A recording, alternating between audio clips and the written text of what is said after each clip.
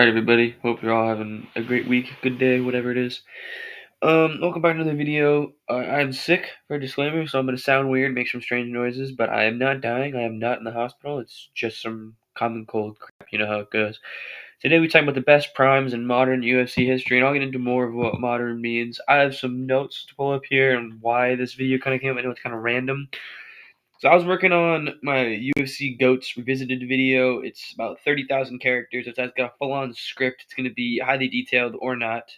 10 pages even. It even's got WMA, but I'll probably never release it because my opinions change often, and I still can't figure out lightweight, and I lie awake at night. It's like Sam Witwicky and I think Transformers 2 when he's like writing all the ancient scrolls on the wall. Like that's kind of how I am with the lightweight division. You know, I'm just like BJ Penn, Khabib, Islam, Henderson. Like, I just freak out. But basically, in inspiration of that video, and I also had a TJ Dillashaw phase watching some of his fights, and I just got his alter ego on UFC 5. I wanted to talk about kind of like primes in the UFC or highlight some fighters who didn't have a lot of longevity per se, but they're still some of the greatest of all time. Like I said here, the criteria, mainly looking for guys at the peak of their powers, some of the best ever, but didn't sustain it. I feel like you need a fall off. I mean, as was it Newton, Sir Isaac Newton said that every action has an equal and opposite reaction. So I think there also needs to be an associated fall off. Now I said it in the modern era, but modern is kind of subjective because I noticed a lot of my picks originally, like GSP, Chuck Liddell, BJ Penn, Aldo, Dominic Cruz. Those were guys kind of back in like the older era, the WEC even. Strikeforce makes the cut but barely. But like I want to try to keep it modern. That could be a separate video in and of itself where I talk about like pioneers or like old heads that need more respect, something like that. I thought about that video, but I want to keep it relatively modern. All right, get my notes up again. I close them, and we will jump right into it. This is from my boy Baked Prunes, aka Robert Whitaker enthusiast. I hope you're watching this video. Heavyweight prime, best prime is Cain Velasquez.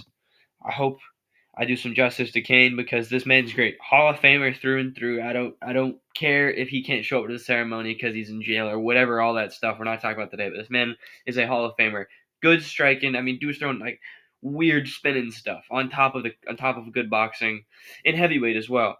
The wrestling obviously was great. I'm trying to talk about the obvious stuff here. Cardio I thought was again cardio, more obvious stuff, but he had killer instinct, man. It's an animal hunting for his prey. That's what I put. I mean, he's literally a killer, but it's a separate issue, like I said. Kane was different, man. Champion, two title defenses in heavyweight, which is pretty solid. 85% finishing rate in a 15-fight run. I mean, I put the names I had down here, big names like Big Nog, Brock Lesnar, JDS, Bigfoot Silva. I mean, Czech Congo and Ben Rothwell are pretty solid names as well. Now, the cons of his prime, you could say, because we all know how this goes. Hopefully, if you're a recurring viewer, and if not, the rule is 3 pros, 3 cons. I have to give the good with the bad.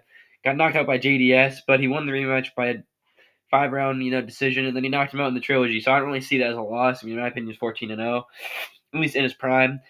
Now, the tough part, I'll keep it short because I don't want to discuss the downfall in too much depth because we kind of already know. Elevation Kane, the busted knee, the bone spurs, and then getting fed Francis Ngannou after being gone for 3 years. I think that's really what his downfall was. And then Stipe obviously could be a prime, but the way I looked at it is Stipe's entire career is his prime, if that makes any sense. Like, Stipe has longevity. Now, he may have lost his belt and regained it, and you could say his prime ends, but, like, I don't think your prime ends when you lose to a 2-division champion, Olympic level wrestler, and just an absolute freak of nature in Francis Ngannou. But moral of the story, a prime Cain Velasquez at sea level is just unlike any other heavyweight. There's no one else quite like him. Hope I did him justice there. Light heavyweight, I know I'm going to get heat for not putting DC or Rumble, but let me get into it. Rumble was always the animal, and he was cutting his teeth at 70, as Dustin Poirier says, and 85, trying to make 85. All the catch weights with Vitor Belfort, all that crap. He was still an animal, and DC was old, man. We didn't really see DC in his physical prime, so I can't say, yeah, this is DC's prime. I also think DC was just good. Like, DC, losing to John Jones isn't really a fall off, and losing to Stipe twice isn't really a fall off. Like, he didn't have a stretch of fights where he was just losing a ton, or like we'll talk with Gustafsson losing to bad opponents. Like, nothing really bad happened. All right, Gustafsson, man, I'm a big fan. You can call it glazing, whatever you want, but he was good. Boxing, straight punches were good. Uppercuts, Glover Teixeira uppercut. Nice uppercut. I feel like his leg kicks are super underrated as well. He had very solid leg kicks given the time. Good wrestling, super well balanced. I mean, he didn't have any glaring weaknesses other than one. We'll get into that. Now, I rate him super high because, in my opinion, he beat Jones 3-2. I know it's very debatable. We can all agree, though, that Reyes was 3-2 Reyes, but Jones versus Gustafsson we can debate. And he also gave DC a very tough, close split decision, which I feel like is a good thing. I mean, I don't really deduct you poorly. Like, if he got knocked out by DC, we can look at it. And speaking of knockouts, we'll get into the Rumble thing. But you're still giving basically two first ballot Hall of Famers, two of the best of the weight class at the time. You could argue ever. I mean, Jones is probably the greatest heavyweight ever, even though he did steroids. But I don't know.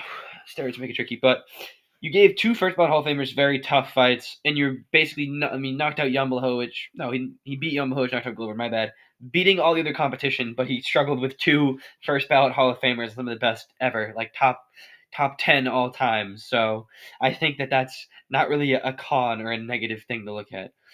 Now, the obvious con is the Rumble loss, but can we give him a free pass here? Because Rumble was just knocking people out every second in in three different weight classes, bang, bang, bang, bang, just knocking them down. I know he lost to DC twice, and even he knocked down DC pretty rough, but I don't know. Now, this is where we talk about the downfall, which I don't like talking about with Gustafsson, but he really only had one flaw, which he left his chin up. And then he obviously got knocked out by John Jones, but he was on steroids. The commission said he was on steroids. They had to move the entire event to a different state with more lenient rules, regulations around steroids. So the UFC could basically keep the fight and keep John Jones' reputation alive. But he got popped for steroids. I mean, the fight should be a no contest, but the UFC moved the whole event and considers it a win. So, whatever. It's on paper. But that definitely played an effect, obviously getting knocked out. But he did always leave his chin up. Even in his prime, his chin was always up. He always would, he would kind of like when I saw you get clipped, you get hit hard, but never really like stumbled and then knocked out by Jones, and we kind of saw it. I mean, Rumble obviously he got stumbled, but his chin was solid, and then he just left it up, and the careers ran away with him. Now, I'm trying to see what else I put here. I mean, the several losses thing we've already gone through. Lots. I just don't like talking about his downfall, man, because I mean, he lost to Anthony Smith. You lost to Anthony Smith. He got lost to Verdum, and I'm pretty sure my memory serves me correctly. He got submitted by Verdum in like a round, but it was because he got completely chinned, and then Verdum just pounced on him as these submissions go.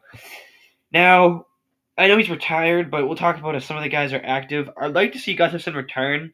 I think a Smith rematch or a Reyes fight, just for who actually beat John Jones, and because they're both kind of chinny light heavyweights, would be pretty solid. I want to get his Robbie Lawler ending, man.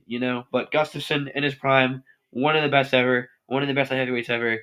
No doubt about it. I don't want to hear anything else. No Gustafsson slander. Oh, is everything working? Sorry, my Chromebook paused for a little bit. Again, another guy I'm a fan of. This video might just be me just talking about fighters I like. We could change that title, but Rockhold, man. Obviously, middleweights had some all-time greats, but I think Rockhold separate, and we'll get into it, from those all-time greats. I mean, great fighter, some of the hardest kicks in the UFC. I mean, literally destroyed his hips and his lower back. So, you have very solid boxing. I feel like again, straight punches, underrated. I feel like his boxing is super underrated. Fast. He was very fast, very powerful, phenomenal movement, the footwork, top to bottom.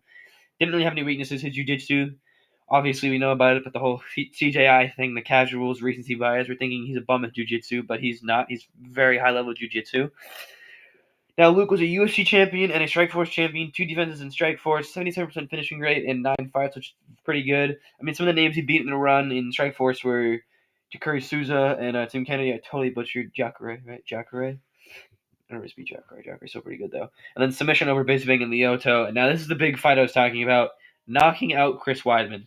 Now, let's just go back to at the time of that fight. Chris Weidman is 13-0, undefeated. He's knocked out the GOAT of his weight class and basically GSP was around, so I guess top 3 all time at the time fighter knocked him out. And he broke his leg and then he knocked him out. That's unheard of. Weidman did was basic. It's I put Conor knocking out Khabib, but you could put Arman knocking out Islam, something like that, or Jan Blachowicz knocks out Alex Pereira. I will not say Magomed Ankalaev because he would never do that. It's you're basically knocking out one of the all-time greats in your weight class in his prime. You're just taking care of him easily. Well, not easily, but I don't know, taking care of him, which is unheard of. And I think that goes to show you how good in his prime a caliber fighter Luke Rockhold actually was. We'll get into the Luke Chinhold, as I call it, but yeah. Now, for the cons, obviously the Vitor knockout, but this was, USADA came in 2015. That was 2013. So it was TRT Vitor, and I feel like we can't really knock anybody who lost to TRT Vitor, considering he was a monster. And then this is the Luke Chinhold saga. I mean, his chin is terrible. His chin, as much as I'm a fan of him, his chin is so bad. I watched the Jan Blachowicz fight back the other day, and I was like, oh my goodness. Jan was clipping him with anything, and he was just on the floor, basically. It was at 205 as well, meaning he wasn't like getting super lean and cutting weight. He had the advantage, basically, in terms of the weight, and he was still getting chinned like it was nothing. He also left his chin up and kept his hands down for the kicks and to shoot. So he would just get cracked. And he just got cracked a ton and get cracked over and over and over again. And eventually it starts leading you to get knocked out. And then all of a sudden you're done. You're in the Jan Blachowicz fight. Where you go up a weight class and still get knocked out. Now, there's a lot of other good guys I could put here, like I said. I mean, Whitaker, DDP, Izzy, Yoel. Some guys think off the top of my head. There's probably more. I mean, we could have done TRT Vitor, but he's a little bit older and he's kind of bouncing around, you know. But yeah, I just think Rockhold should get some significance over that Weidman win, given how good Weidman was at the time and like what it meant at the time. All right, we are now on to welterweight. Kamaru Usman. I was gonna do a Marty Fake Newsman pun, but I'm too sick and everyone's done it before, so it's not original. But Usman, man, what can I say? I'm gonna refer to in the past tense, but he's still a great fighter, phenomenal wrestling, good boxing, solid power, good pace, good cardio. I mean, he's a monster, bro. I mean, that's the steroid allegations or whatever, but he's a monster. We can agree, natural or not, the guy is a monster. 5 defenses as a champion, beat Sean Strickland, Tyron Woodley, Colby Covington, Jorge Masvidal, RDA, and Gilbert Burns. Those are the names I put down. I feel like there's one more moderate one I'm missing. I think the Woodley performance, again, Woodley also an animal, really showed that Usman was like, it's like the scene in episode 1 of Star Wars. There's always a bigger fish, you know? There's always someone bigger, always someone better, and that's what Usman was. He was bigger, he was better than Woodley. He did multiple 10-8s against a champion that, like, absolutely destroyed the previous champion in Robbie Lawler. So, like, that's something. What I put here. Oh, yeah. We are on the cons now. Short video, eh? The fall off is kind of a weird one because Leon, all the point cheating, point deduction, foul stuff, whatever. Head kick, obviously, that I can't explain that one away. But Hamzat thing, I have it as a draw because I scored round 1 10-8 Hamzat. I have it as a draw. But if you get it 10-9 through on my scorecard, Kamaru wins the fight by 1 point.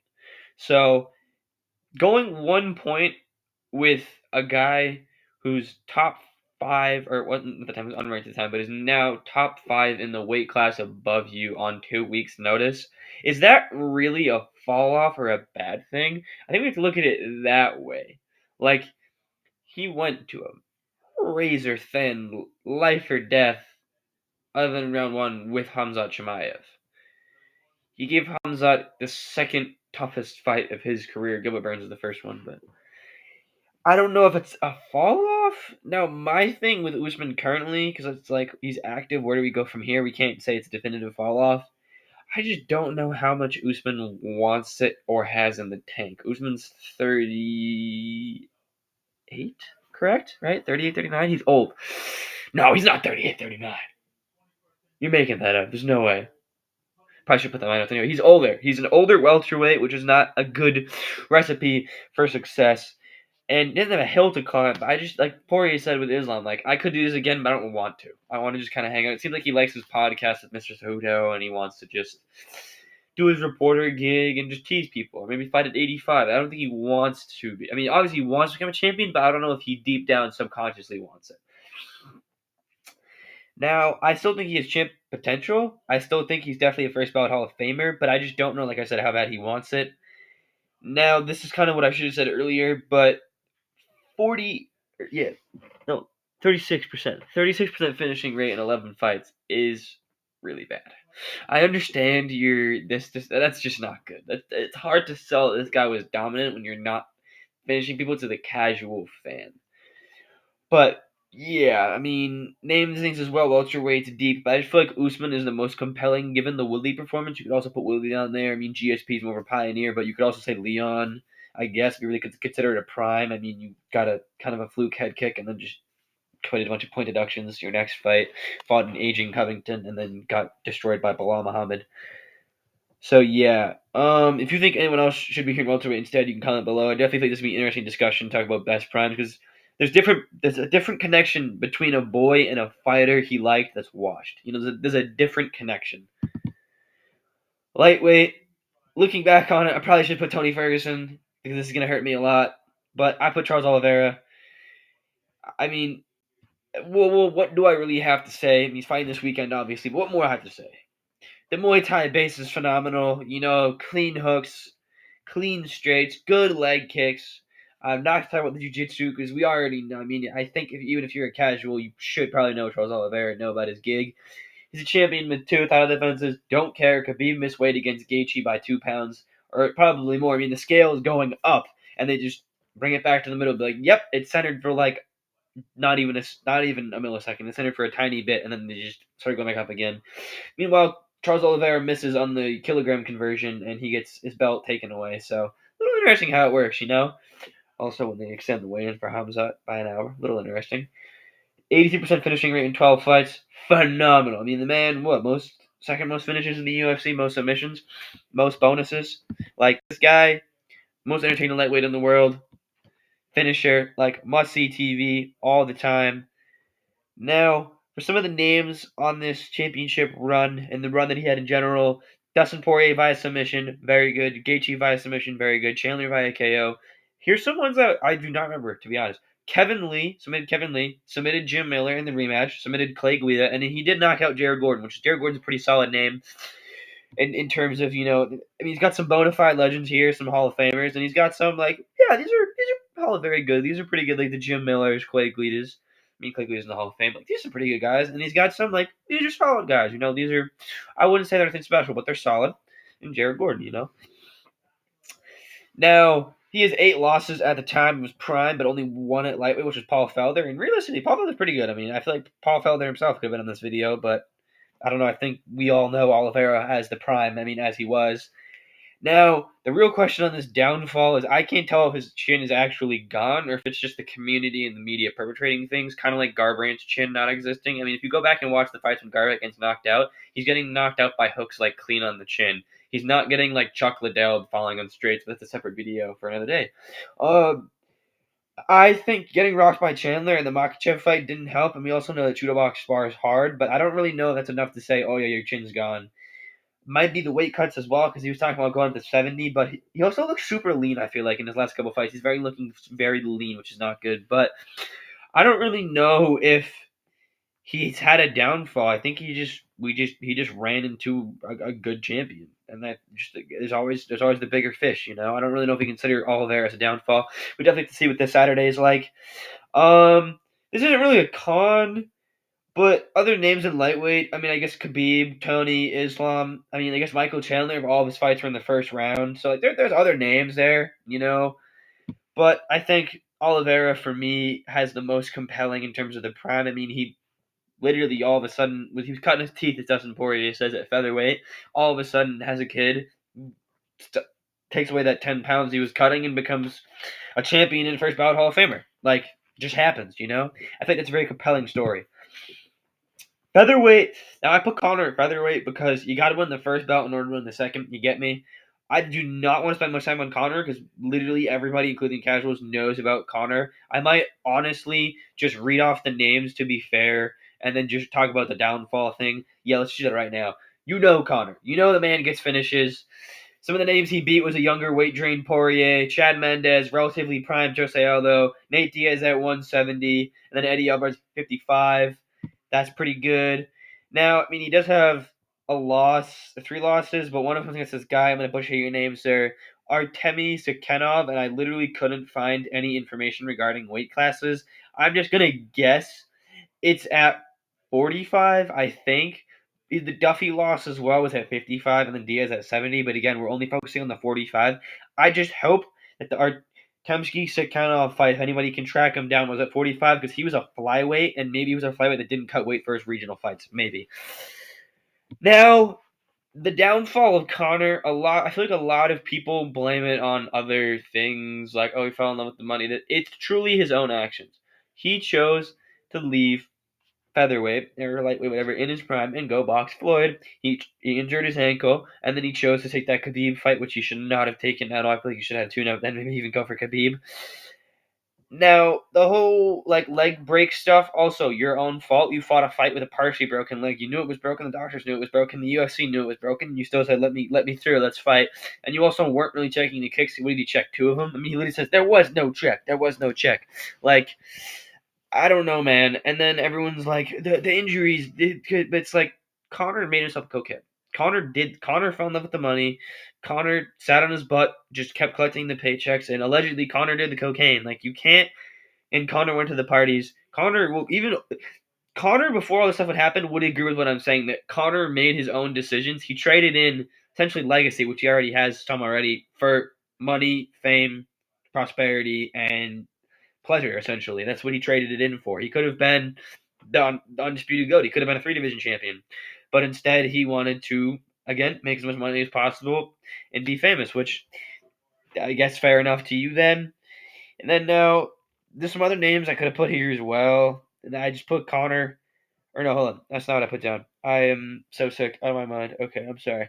The lasting legacy thing, I put guys like BJ Penn down, Cejudo, and Randy Couture because they both have 2 belts.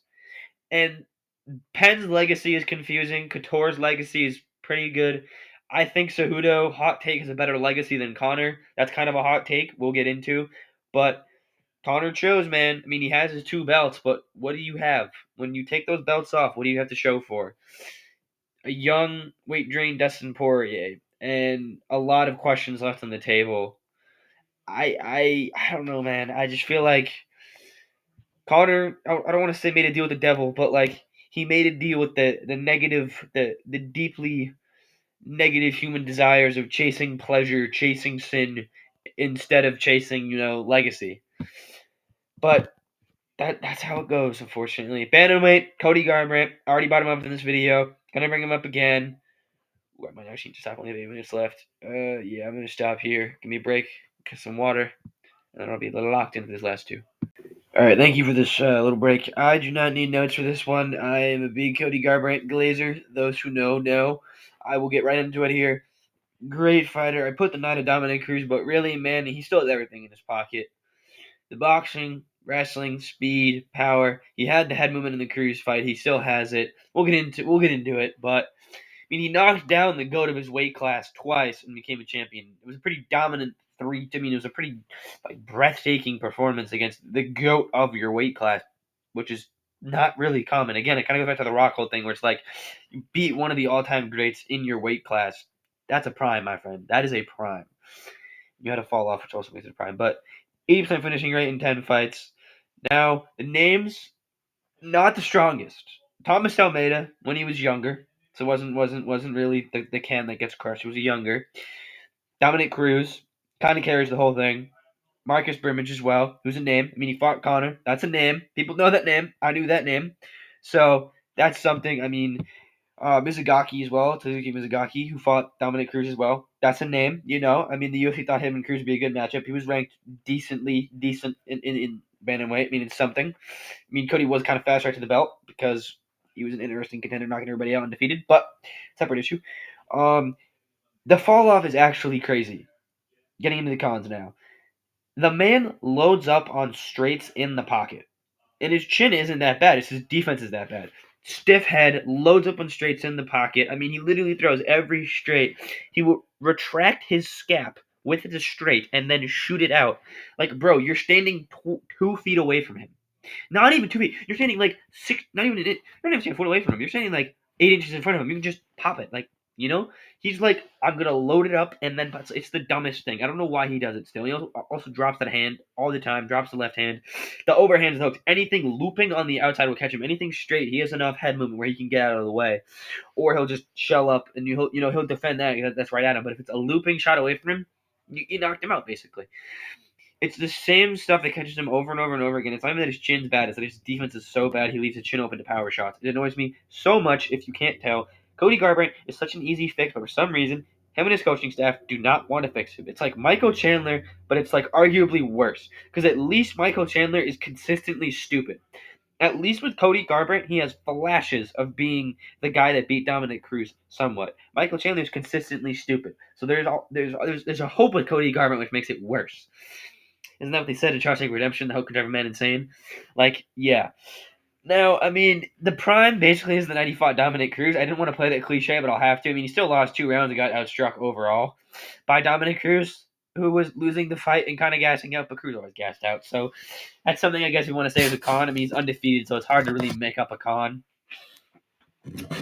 Now the thing is, he's still active, so it's like, where do we go from here? And I literally think go up to 45. Just go up to 45. What's the worst that can happen? You're probably not going to be ranking 35 nowadays, anyways. Go up to 45. Your chin should be a little better. You can get a little bulkier. Lift more weights, eat less clean. Just do it for fun, bro. Get it. Become the Kevin Holland of 145. Get a paycheck, brother. Get a pay. Neil Magny at 145. Like, please, Cody, just win fights, please. That's all I ask from you, Cody Garbrandt. Just win a fight, please.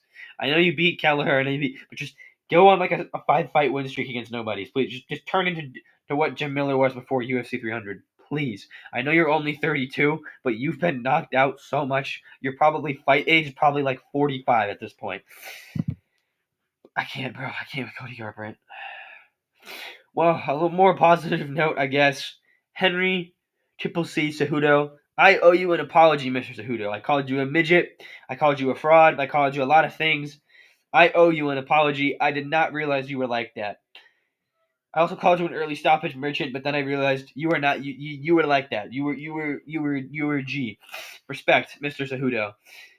Great fighter, man. Phenomenal wrestling, good boxing. The movement, the karate base served him well. He had a very eccentric style of fights and breaking down fights. He always approaches fighting in a weird way, but it worked so well in the octagon for him. I mean, he was keeping up with it, not like a crippled Dominic Cruz, but like a relatively fast moving, well Dominic Cruz. Relatively, he was keeping up with him. So that says something.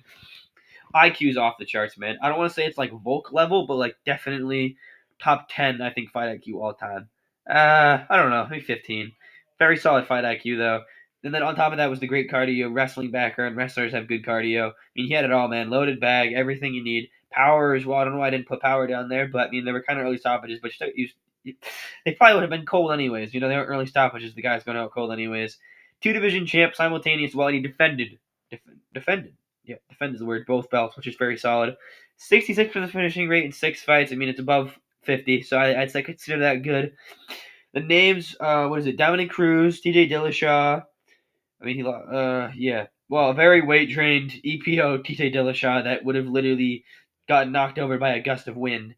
But kind of a robbery against Mighty Mouse, and then Marlon Moraes at 35. I'm not going to talk about the score of the Mighty Mouse fight. We're just going to act like he won a very dominant 4-1, which I don't think he did, and I don't think anyone in the community is. Truth be told, I have not watched that fight, but I have read what the community has had to say. And second of all, I do not watch Flyweight. I fell asleep. The only 5-round Flyweight fights I've watched like recently was Moreno against Albazi. I literally fell asleep through Leon versus Colby because of Pantoja against Royval. My brain just subconsciously hates flyweights, even though I love bantamweight. I don't know why. I don't know how to explain it, but it's whatever. Now, Cejudo could have gone at 35, but I'm kind of a Garbrandt glazer, and the only other option is Demetrius Johnson, but his entire career is his prime because flyweights don't age. And it's kind of like the Conor situation where it's like you got to win the first belt to win the second one, so you might as well put you in the first weight class. Now, Cejudo's downfall, I put it in air quotes because it's not really a downfall.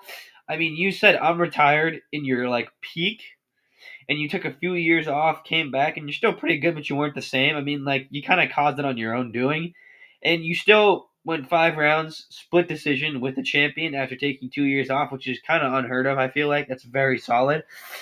And then obviously the Marab thing happened. Now he's on a 2-fight losing streak, but he lost to the then champion a couple months. He became champion a couple months later. So it's like you really only lose to your only losses in MMA are Demetrius Johnson, who's arguably the GOAT and a champion, Benavidez, who's top 5 all time in the weight class, and very close to. I mean, he was pretty close to being a champion. Other than Demetrius Johnson existing, pretty solid guy. Aljamain Sterling, who's a champion, a couple title defenses. Some idiots consider him the bantamweight GOAT, which I think is just the stupidest thing ever because he won his belt off getting kneed in the face and losing a fight, basically. Still a good fighter, still has some title defenses. I mean, you beat him in Sanhagen, and that's not title defense. Beat Sanhagen just regular. It is. I don't know. I'm so sick right now. I'm sorry, guys, if I don't get my details correctly. Yeah, you only lose to high caliber fighters, so I can't really say you're having a downfall. I think where we go from here with Cejudo is either become the 135 Gaethje or just retire again, or mess around at 25. But Pantoja says you need liposuction in order to make it. So Pantoja's talking smack. You know you've made something's going wrong because that guy does not promote at all. Cejudo is obviously way too short for 45, but I think just sticking around being a Gaethje at 45 or 35 basically, and just beating some prospects, fraud checking some guys, hanging out. Please, Henry Cejudo, knock out Mario Bautista, please. But yeah, that's basically it for the video. I mean, I had a WMA commenter last time. I want to address it real quick. When I did discuss WMA, you see the graph of like viewer retention. It automatically spiked. People just don't care for it enough. Although if that one guy wants me to make a WMA video, I will make a WMA video for that one guy. If anybody else wants it, because I actually do watch WMA, but I just don't talk about it because literally no one cares. But yeah, thanks for watching, everyone, and God bless.